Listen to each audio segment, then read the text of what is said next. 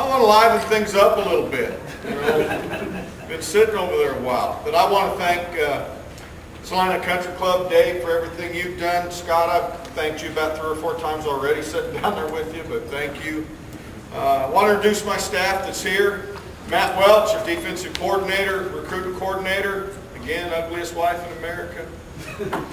Billy Beard, defensive line coach and head strength coach. Morris Lawler, secondary coach. And Corey Johnson, our offensive line coach and handles a lot of football ops.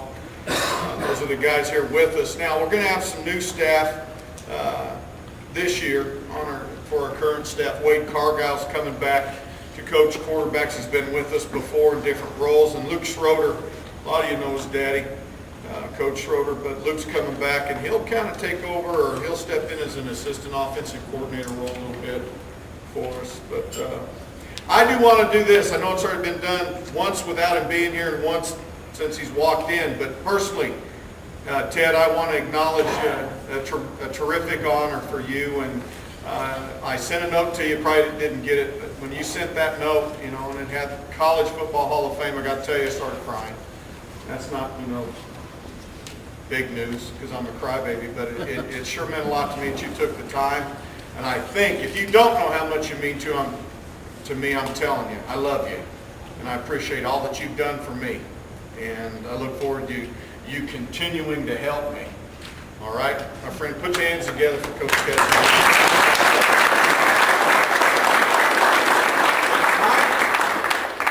Welcome home.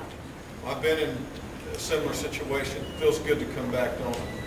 Well, you know I love you, and I'm glad you're back. Trust me. Really tired of Dave. I'll tell you later. You know, okay, I'm just going to go ahead with this. We were in Old Town, me and my wife. They got a nice movie theater down there, and we're coming out, walking down the sidewalk. Here comes Dave. He's got a goat on a leash. You don't want me to tell that, do you? Okay, I won't.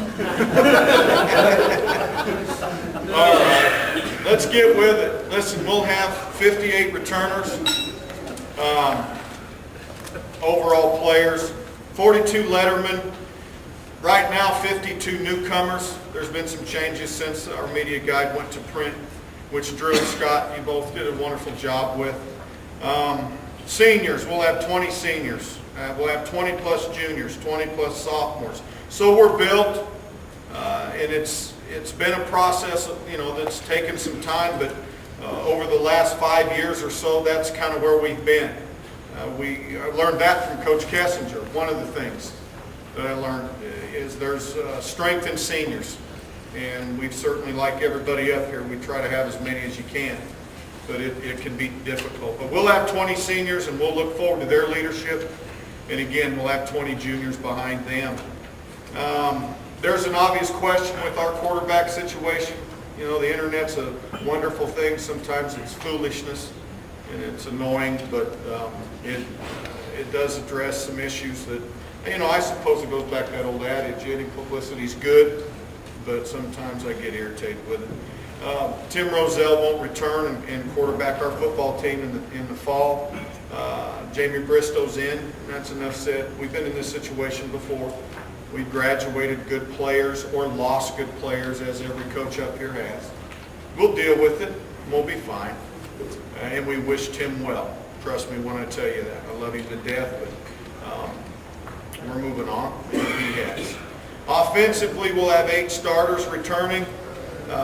Mention a couple players. I think it's important to. I won't go through the whole roster. It's in front of you for you to read.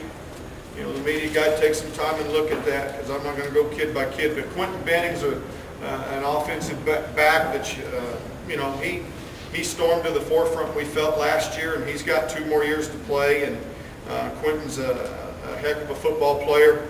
Mike Hyde and Doug Pierce, both receivers are back. They're outstanding playmakers. They've got to have touches. And then we've got 3 starters returning in the offensive line with Jacob McKenzie, Keaton Kendall, and Kirk Nichols. And we feel good about that because we're no different than anybody else. It begins and ends up front, period. We'll be as good as our offensive line and our defensive line play, period. They're the skilled positions. Those guys that can jump high and run fast are gifted. Linemen are skilled. Defensively, we return, you want to clap for that? Defensively, we return 8 starters, and I believe we return the finest down lineman defensive tackle in the conference. Blake Gordon has been a stalwart his entire career at Friends. He's 6'3", 315, 320. He's finally a senior. It's going to break our heart on senior day, but I don't believe there's a finer interior lineman on the defensive side than Blake. But Dexter Davis is back. He was in the top 3, I believe, in sacks in the conference. I mean, we're going to have a veteran group on both sides of the football. As far as guys that had some part-time starting experience, been on the field, Jaron Trotter, listen, I kept Jaron in my doghouse for a year. And he transferred from a Division I school. Well, he knows it. I'm not telling you anything I haven't told him. I needed to break him a little bit. He needed to find out that there were football players on our team as well as the rest of this conference that were just as good as him. And he has. So I look for him to break through a little bit. He's certainly got the talent.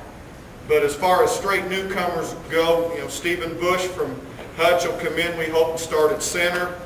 Josh Womack is a fine tight end from California, junior college.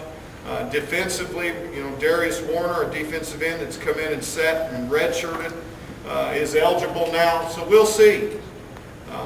Listen, we were an offense that rushed for over 2 and threw for over 2,000 yards. I don't know that there was another offense in the league that did that, but bottom line is we're always going to run the ball first.